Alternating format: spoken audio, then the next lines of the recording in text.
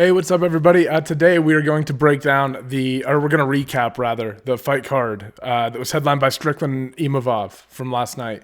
And honestly, there's been a lot of news that broke that I want to talk about first that really, in a lot of ways, kind of overtook the fight card in a lot of ways, right? The biggest news is obviously in the UFC's heavyweight division, where it was announced that Francis Ngannou has been stripped of the title. He's released from the UFC, and Jon Jones and Cyril Gane are scheduled to fight for the vacant heavyweight title on March 4th. I want to say it's the fucking 4th. I hope I have that right. Yeah, because 14 days till the 18th in UFC London. Yeah, March 4th, UFC 285, Cyril Gane versus Jon Jones for the heavyweight title. And man, there's been a lot of speculation about what's going on with Ngannou's release, right? Because you got to think, Dana White said in the press conference that they offered Francis Ngannou more money than they'd have offered any heavyweight in history. This contract would have made him richer than Brock Lesnar, right? But I think this is my speculation, right? At least just putting things together from what I've seen from interviews with Ariel Helwani and stuff like that, right? If you listen to Francis Ngannou, he has said repeatedly, right, that he does not care about the money strictly. Like, he wants paid well, but I think what he wants is freedom and the ability to go do what he wants to do. And I think he saw Dana White and the UFC give Conor McGregor these special privileges to go box Floyd Mayweather. And I think he wants to fight in the UFC, but he wants the option to go pursue those things as well, right? And Dana White, this is what I was alluding to at the beginning, is framing it in the post-fight, or not in the post-fight interview. Yeah, I think he announced everything in the post-fight interview. At the presser, whatever, right? That he announced that Ngannou, basically, he framed it in a way that made it sound like Ngannou was seeking out lesser competition. I don't think that's what it is. I think Ngannou has a ton of fucking leverage, right? So you might see him sign with a lesser MMA organization, but I think the real reason that he's not re-signing with the UFC is because he wants to fucking box, right? I think he wants to explore those waters, make that money, and go up against some of the biggest names and get his names written in the history books in that regard, right? There's fights like Ngannou versus Deontay Wilder and Ngannou versus Tyson Fury that people are just they're just gonna want to see, because Ngannou is such a freak fucking athlete and his knockout power is outrageous, right? And I understand that we have seen this before when Conor transferred over and fought Floyd in boxing, right? I understand, but it gets different when you get a little bit bigger. I'm not by any means saying, even if you watch, I'm not saying Ngannou is going to go in there and finesse anybody, right? Even when you watch Deontay Wilder, who's probably one of the most impressive, maybe the most impressive knockout artist in boxing history, he throws his punches with a little bit more crispness than Ngannou does, right? Like, the way that Wilder throws his knockout blows is going to be cleaner than the way that Ngannou knocked out, like, Alistair Overeem or Jairzinho Rozenstruik, for example, right? Like, you're not going to get away with that shit in boxing, some of the stuff that he can throw in MMA, where those openings are more readily available because of all the different variables you have to deal with. In boxing, it's not really like that. You're talking about specialists with their hands, specialists with footwork, and I think that really where he's going to be lacking in the footwork department when it comes to boxing, right? But he has the great equalizer, and he can fucking turn your lights out like that. All he has to do is touch you, right? And, there's the other side of this too, where this is disappointing because you kind of wanted to see Jon fight Ngannou, right? And this is how I felt about Jon Jones, even when he was at light heavyweight. And man, I just brought up Stephan Bonner the other day. Rest in peace to another legend, and Anthony Johnson. But I always wanted to see Anthony Johnson fight Jon Jones, not because I thought Anthony Johnson was going to beat him skill for skill, or that he was going to go out there and, like I said, like I said about Ngannou and some of these boxers, it wasn't like Anthony Johnson was going to go out and finesse Jon Jones, but he has that fucking option where he can turn the lights off on you if he connects, right? I wanted to see Jon deal with that and what that power did to him, and if it made him hesitate a little bit more. I don't think he's ever really fought a puncher like Anthony Johnson, comparable to that in his career, and that fight was set up, never ended up happening, and then you thought, okay, when he goes up to heavyweight, here's another chance for a guy who all he really has to do is touch you. He doesn't have to be more technical than you. He doesn't have to beat you. Like we keep going back and forth between MMA and boxing, right? But speaking of stuff like a good example to look at is Deontay Wilder versus Tyson Fury. When Tyson Fury, if you look at things, the technique, Fury is a better boxer, right? But Deontay Wilder just needs to land once. You just got to fuck up once against Deontay Wilder and he can put you out. The problem, though, is like when you look at a fight like Ngannou versus Tyson Fury, if you look at a boxing match like that, look at how hard it was for Deontay Wilder, who is a professional boxer. This is what he does, right? Look, and he's a power punch specialist. Look how hard it was for him to land something like that on Tyson Fury. Man, it's going to be tough for Ngannou to get there and close that space off, if I'm being honest. But that doesn't mean that he shouldn't, if he wants to go do that, it doesn't mean that he shouldn't go do it and try to make his money, right? It's not about whether he can do it. It's about whether people will pay to see it, and people will pay to see that.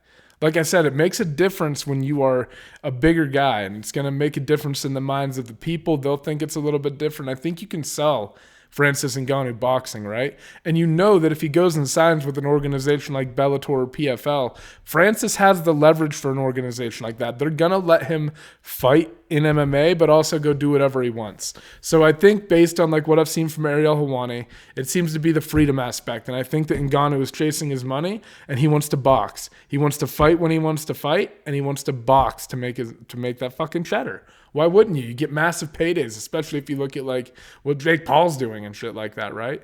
Ton of money to be made. So I don't blame Francis Ngannou a bit if they're not letting him go. But on the other hand, if you're Dana White, I do understand his perspective. Like we tried this out once. We tried it with our biggest superstar. Not that Francis isn't a goddamn superstar, right? And I understand that the Conor treatment is not fair and that Francis wants that for himself. And after he beat Gane, he's in a really good bargaining position, right? He is the current champion. Like when he walks away, it does leave this like kind of gap, the kind of way that like, you know, when John Jones didn't hold the light heavyweight title, there was kind of that vacancy there. Like, yeah, but it's not John, right?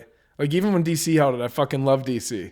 But when DC won the belt, I was like, but he didn't beat John, right? A lot of people at heavyweight are going to feel like, yeah, but he didn't beat Ngannou.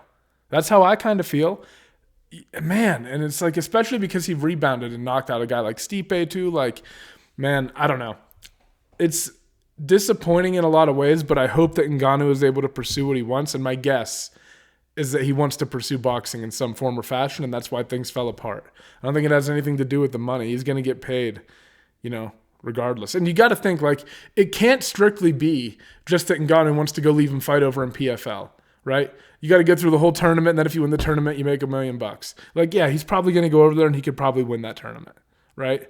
But all of that fighting to get to the tournament for $1 million, he would make $1 million fighting John Jones. No doubt about it. I guarantee they gave him enough money for all that. It's just, I think it strictly boils down to him not having the liberty to leave and box, and I think he wants to box.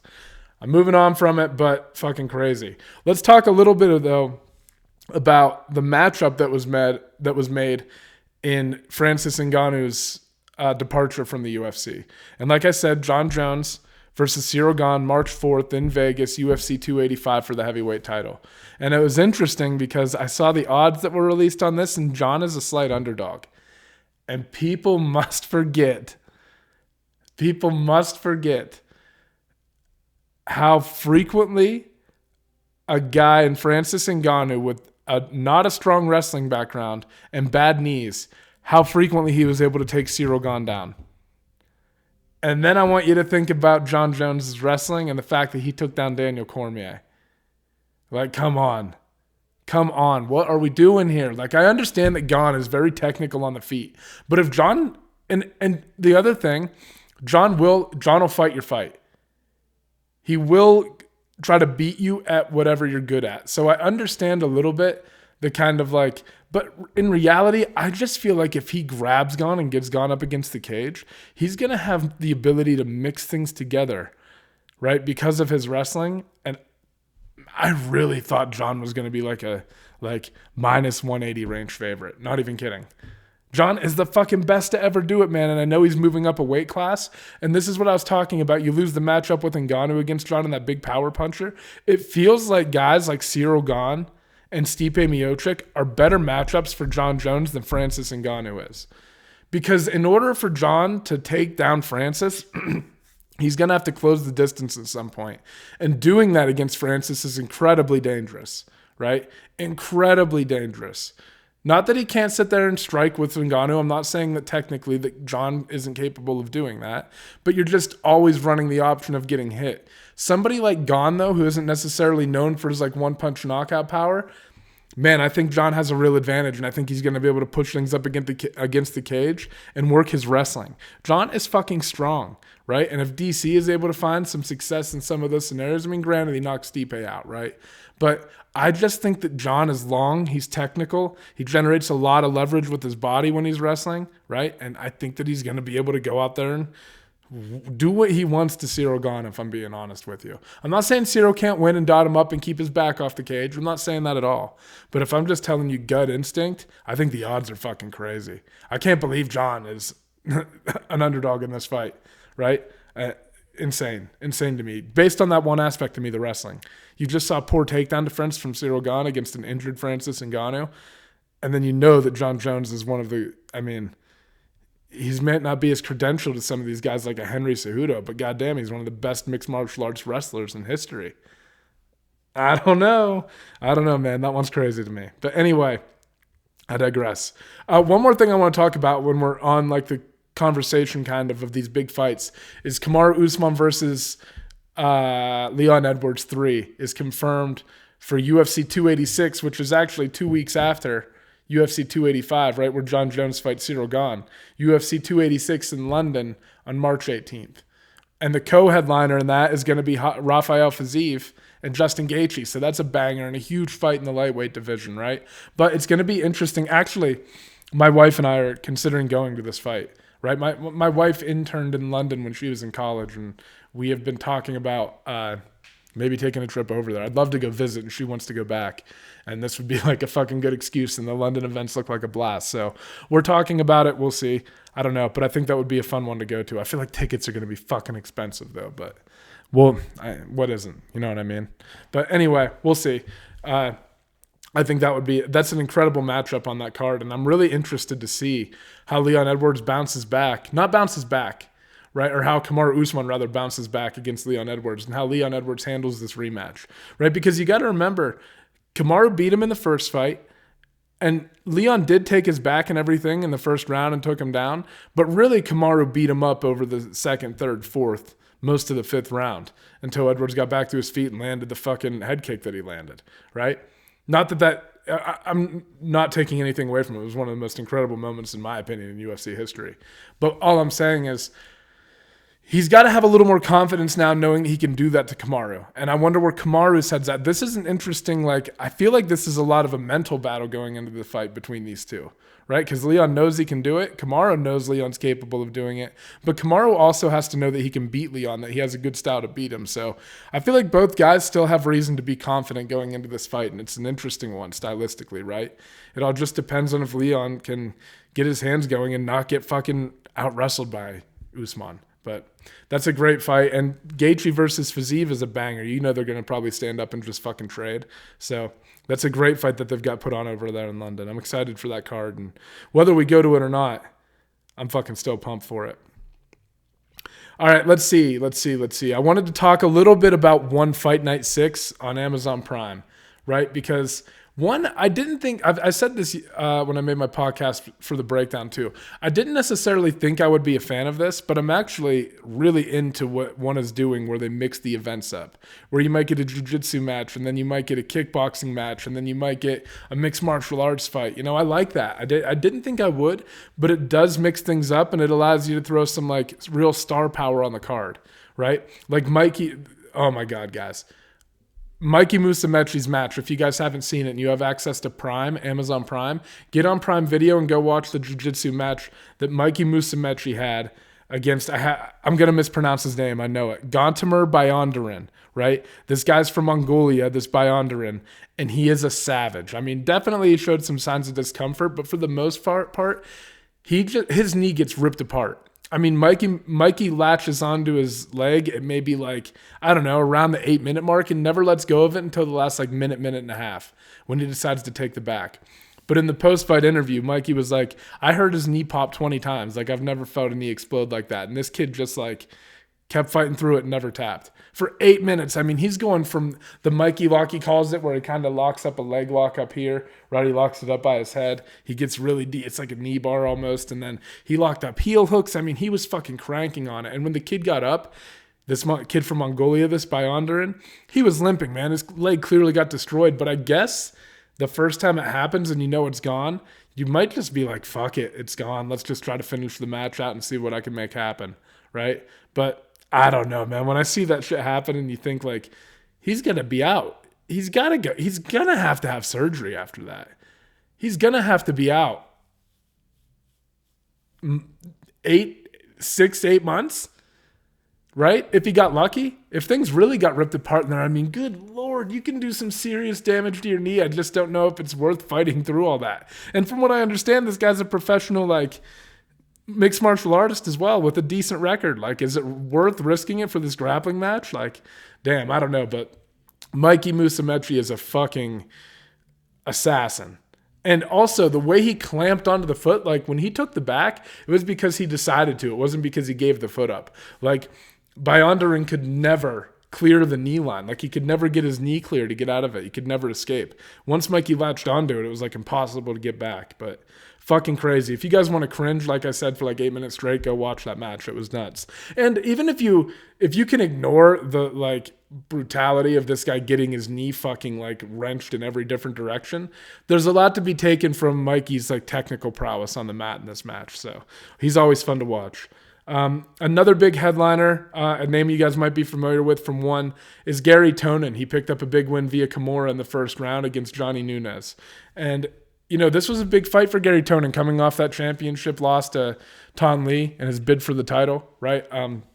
He came out, dealt with a little bit of adversity early, I guess, kind of got pushed up against the cage. But once he locked onto the Kimura, this is the difference between high-level jiu-jitsu guys like Gary Tonin and guys that you see who, like, fight professionally in MMA. You know what I mean? Not that there aren't people in MMA who are, like, jiu-jitsu specialists or might hit something like this, but when Gary Tonin locked the Kimura up, he knows that he has a very good anchor point and a lot of leverage over his opponent, and he knows that he's isolated to Lin, right? So he knows how to attack it effectively, and what he did was almost like, kind of seems like a sacrifice throw almost. I guess he kind of like used it to like, you know, go from a standing position where he was being pushed up against the cage.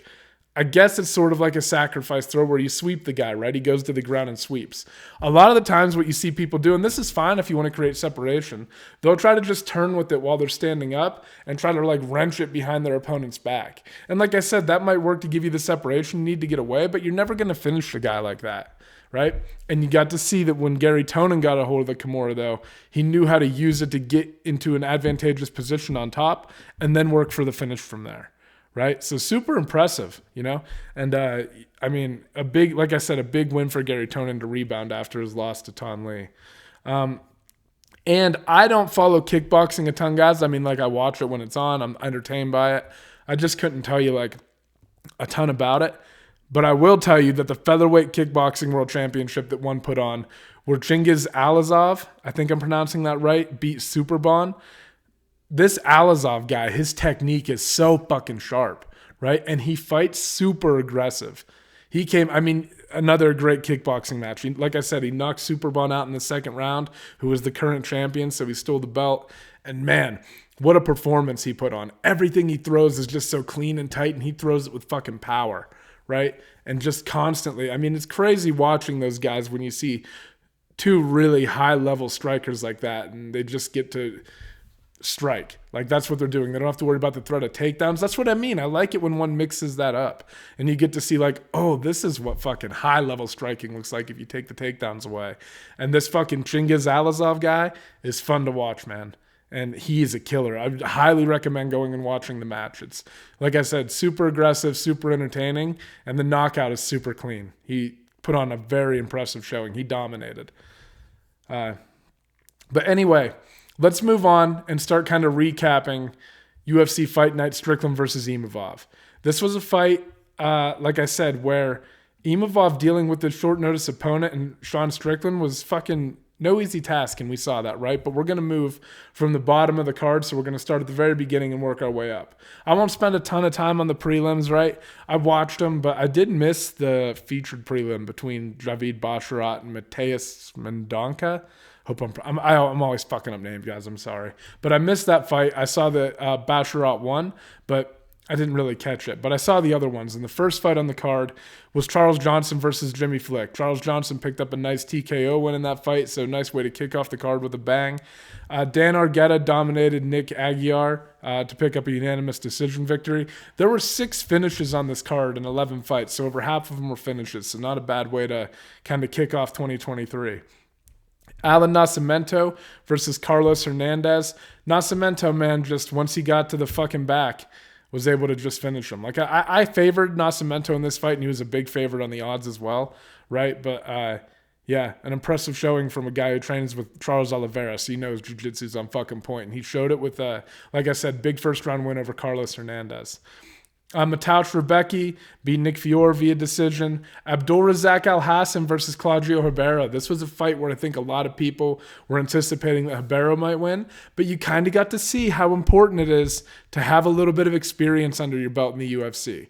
Abdulrazak Alhassan just kind of pushed things up against the cage, wore on him a little bit, started bringing things over the top, throwing some shots of his own in. And then when he went out in the second round, he was able to finish effectively because I think he took a toll on Claudio, right? Where you see guys like Claudio, they just come out headhunting, thinking this is going to be a banger. And Abdul has done it in his career too. But when you take the path to victory, like the solid path, the path that's like the easiest route to victory, when you take that, even if it might not be the most exciting, it usually opens up opportunities for you, especially if you're going against a guy, and Claudio Ribeiro, who's a little bit green, right? And doesn't know that pacing yet in some of those things. So you know he's going to come out looking for bombs, so it's a good strategy from Alhassan to kind of wear on him a little bit and then implement your own offense. Like I said, I missed this featured prelim between Basharat and Mateusz Mendonca. I can't even remember what I was doing, cooking dinner or some shit. But then we move on to the main card. And Umar Nurmagomedov kicks things off with a first-round knockout win over Raoni Barcelos, right? And using a lot of movement, kind of moving around the cage and stuff, drawing Raoni into things. I knew this would be a tough stylistic matchup for Raoni because Raoni primarily likes to box, right? And Umar stays pretty defensive, and he throws those kicks out there, and his kicks and his legs are a big weapon and something you really have to worry about. And he kind of lured Raoni into moving forward, brought a flying knee up, but the knee didn't connect, but he brought this kind of short left cross, or kind of like a hook, I guess, like a cross, really, right across the chin of Raoni, and Raoni never saw it coming, and it hit him and knocked him out cold. Umar followed up with one more shot, realized he was out, held up, and picked up a fucking very impressive win. And I think, I haven't visited the UFC's website this evening, but I checked it this morning. I don't know if it was updated. But I believe that Raoni was unranked at the time, and Umar was already ranked number 11. You know this guy's going to have a hard time getting fights. But now that he knocked out a guy like Raoni Barcelos like that, you got to give him someone in the top 10. I think he's going to, if he was already ranked 11, even if he is now, you got to give him somebody. I think a good fight would be somebody like maybe like Ricky Simone, right? Or maybe a guy like Song Yadong coming off that loss to Sandhagen. You know, I think he's going to have a hard time getting a fight, but he's at a kind of point now after what he just did to Raoni Barcelos where he's kind of undeniable. If he just went in and outclassed Raoni and beat him and kind of ground and pounded him to a decision victory, okay, now you got an excuse to kind of keep feeding him to some of these mid-tier guys and saying da-da-da-da-da. But when he goes out and does what he just did, it's going to demand respect, and he's got to have a top 10 opponent coming his way next. I think a fight against Ricky Simone or Song Yadong would be a really good matchup for him. I don't think either of those guys are booked. I could be wrong. If so, let me know. But, yeah, I don't know. I think Umar Nurmagomedov's got a lot of potential, man. His style on the feet is hard to deal with. He stays defensively sound, and he's a fucking menace when he gets on top. Maybe not as good as like Khabib and Islam at finishing the takedown, right? But once he gets there, man, he slices back and forth through your guard, and he's constantly working against like the grain of your hips and going in the opposite direction. Really understands what's going on down there and has a good understanding of top position. Umar Nurmagomedov is potential championship material, no doubt. No doubt. In my opinion. In my opinion, no doubt, right? All right. Next, we had Raquel Pennington versus Ketlen Vieira. And this fight, man, a split decision victory for Raquel, which I wasn't disappointed about because I put money on it. She was a slight underdog. And the thing that I think big, and I would have to go back and watch the fight. Obviously, I'll take it because I had money on her, but I don't really know who won, right? Like, I thought it was a good fight. It was entertaining to watch, but I would have to go back and rewatch it and like judge it round by round and let you guys know. But what I will say is Ketlen Vieira has had this problem throughout her career where she doesn't really like have this sense of urgency sometimes. Like, she's got to get going a little bit. She clearly had the power advantage, had the range advantage, right? And she just wasn't throwing as frequently as she needed to. And I felt like Raquel was staying busy in some of those moments, right? Raquel was also doing a good job of landing that Superman punch. She found home for some big right hands quite a few times, but it just felt like Ketlen doesn't have this like, I don't know, this like thing to get on the gas a little bit, right? We saw it against like Holly Holm kind of, even Misha Tate like, a little bit, like Yana Kunitskaya a little. Like, you got to get on the gas and get going. I think Ketlen Vieira is very talented. And I think that she has really good, like, she has pretty good boxing when she strings it together. You know, she's good on the ground if she can get on top. But you got to put everything together and you got to keep the volume coming and you can't fall behind. And I just felt when they got into certain situations and things got in close, Raquel just felt busier to me. It felt to me like Raquel won the fight, right? That's just how it felt. I don't know. Like I said, I would actually have to go back and analyze and critique and judge. But just watching it, it felt like Raquel won. Just because of the volume she was putting out there and the urgency. Raquel seemed more urgent, right? And sometimes that matters, man. It's a fight. But anyway, good win for Raquel Pennington, who's really rolling right now. I think that might be her 5th win in a row. Let me check. I think. I'm using the Brave browser right now, and the Brave browser, like the search item doesn't work. I have to go to Google. Like if I just type into the bar, the address bar, it doesn't work for some fucking reason. Let's see, Raquel. I want to say she was on a 4-fight win streak coming into this fight. I think she lost to Holly and then rattled off like 4 in a row. Yeah, lost to Holly, beat Marion Renault, beat Pani Kianzad, Macy Chiasson, Aspen Ladd, now Ketlen Vieira. She's on a 5-fight win streak, right? That kind of shit will start getting you into the like some of the like championship talks here in a little bit. Like Raquel Pennington's doing some good work. So good for her, man. I'm a Raquel Pennington fan. I like her. But anyway, moving on to the next fight between Dan Ige and Damon Jackson. And this one kind of went how I thought it would go. You kind of got to see from Damon Jackson that he's no chump. He has an awkward style, but he makes it work on the feet for himself. He finds some timing on some shots. He's got like that kind of weird timing that opens things up for him. But overall, man, Dan Ige's a bad motherfucker. Dan Ige's powerful. He can wrestle. Oh my God, I just skipped a fight. We'll go back to it. Kopylov versus Soriano. I can't believe I skipped over that. I want to talk about that. We'll stick with Ige and Jackson. We'll go back, and then we'll talk about the headliner, all right? But Ige and Damon Jackson. Ige was just moving back and forth, like using his footwork really well and getting from side to side and never really coming like straight up the middle with things, which he has a tendency to do sometimes. So he was doing a good job of getting his angles, getting his shots off, just more explosive, right? A little bit faster than Damon Jackson. And his striking style is a little bit more favorable for MMA. You know, you see a little bit of that more traditional style from Damon Jackson. Not that it doesn't work. He's found a way to make it work for him. But in this particular matchup, I think Dan Ige, it was just going to be hard to get things going, right? And Dan Ige, you also saw, took Damon Jackson down. And I think in order for Jackson to be successful, he had to be the one pressuring forward and trying to put his weight on Ige in the clinch and get this fight to the ground. But Ige just did such a great job of never letting that happen. He was the one constantly pressuring Jackson backwards. And when he got to the takedown, this is the thing. I don't know who would win the straight grappling match. Ige's really talented, but my money would probably be on Jackson. Right? When he gets people down there, man, he's a real specialist. He's got like 15 fucking submissions on his resume or some shit like that. But you got to see that Ige was able to actually get to the takedown because he forced Damon Jackson to respect the boxing and the hands. Once you respect that and the hands start coming up, it opens up access to the hips. I mean, it's not as simple as that, obviously. Like, obviously, it's so much harder to do than that and string all those things together. But that's really the gist of it. Get the hands going up and get to the hips, right? And that's what allowed that takedown to come for Dan Ige, and he just had the hands working, man. His boxing was just crisp, smooth. His footwork looked good, and he fucking knocked Jackson out in the second round. So good performance from Ige and a good way to bounce back after some tough fights. Let's go back and talk about this matchup at 185 pounds that I blew right past. Roman Kopylov and Punahele Soriano.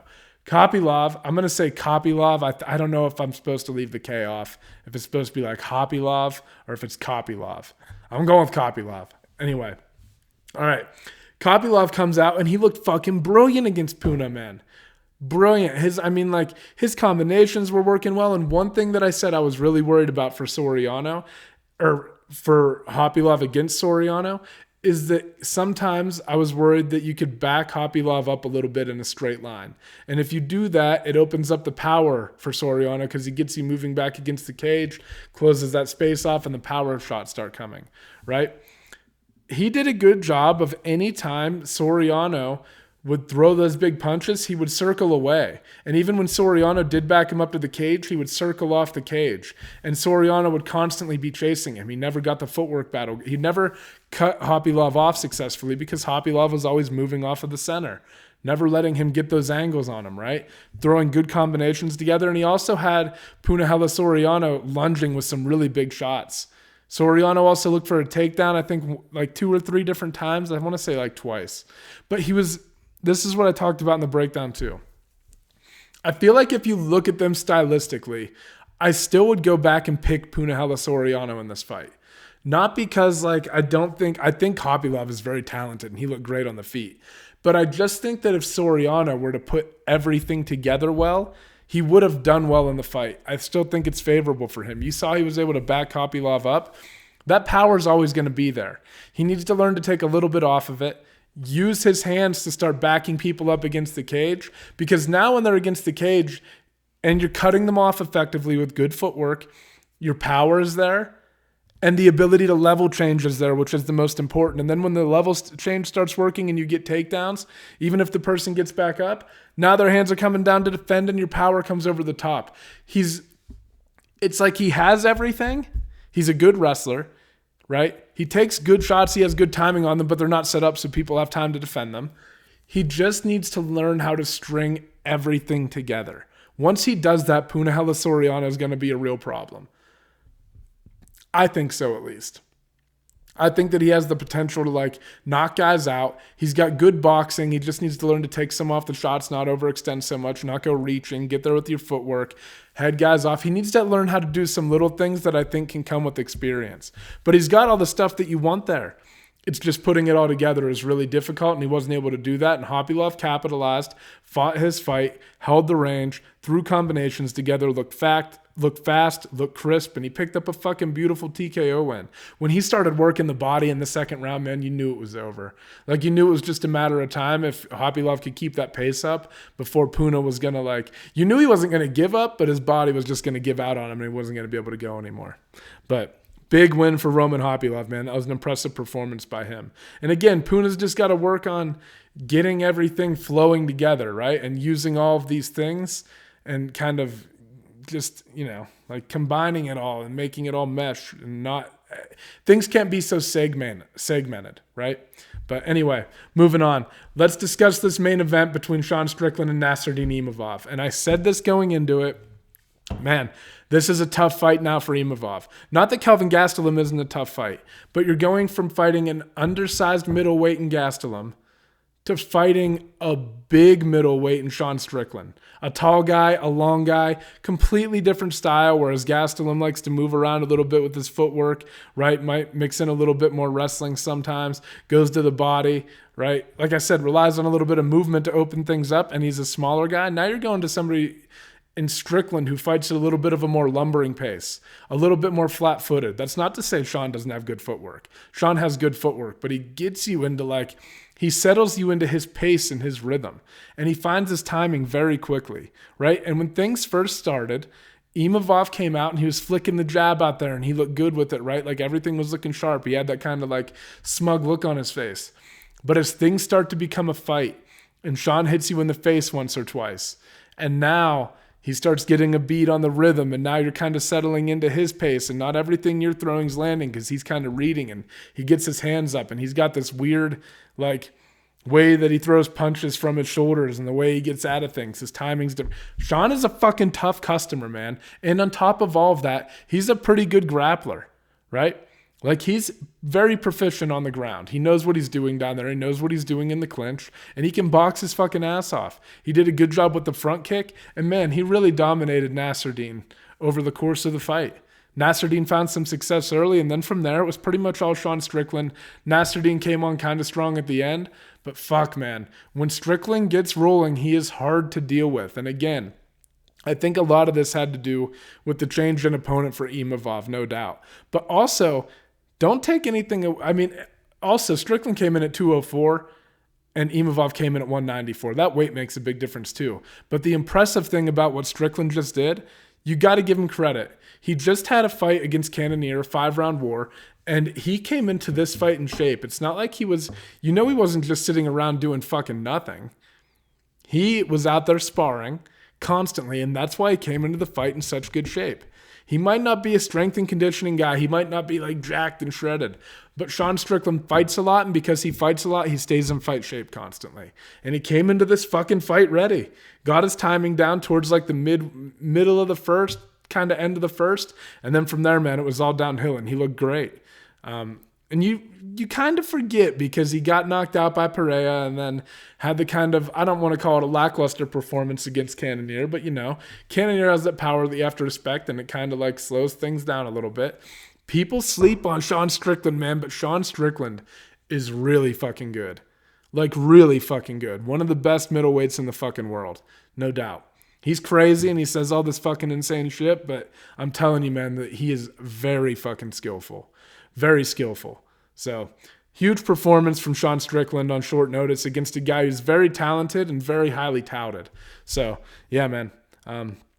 Crazy first weekend of fights, and just martial arts action in general. Like I said, from the one events to all this shit happening with John Jones and Cyril Gane and Francis Ngannou, and now UFC London card is set up. It feels like a lot of things are happening, and it's got to be a little bit convenient for Dana White because he just got in trouble for all the shit that he went through with his wife and stuff. Right now, all this big UFC news is dropping. Boom, boom, boom. It makes you wonder a little bit, right? Take some of that pressure off Dana White, get people asking questions about some other stuff. There's got to be a little bit of PR behind all that, right? But anyway, I'm done, guys. I'm fucking tired as hell. It's like 10:55, but I had to get this out tonight, right? I recorded one this morning, but like it didn't save right or some shit, and I don't know. It was all fucked up, the audio and stuff. So I recorded this evening. Just wanted to kind of recap the events this weekend, some of the stuff going on. And yeah, we'll get a breakdown out for the pay-per-view headlined by Glover Teixeira and Jamal Hill this weekend. Thank you guys so much for tuning in. As always, I appreciate it. Have a good one. And enjoy the rest of your night, guys. Day, whenever you catch us. Bye-bye.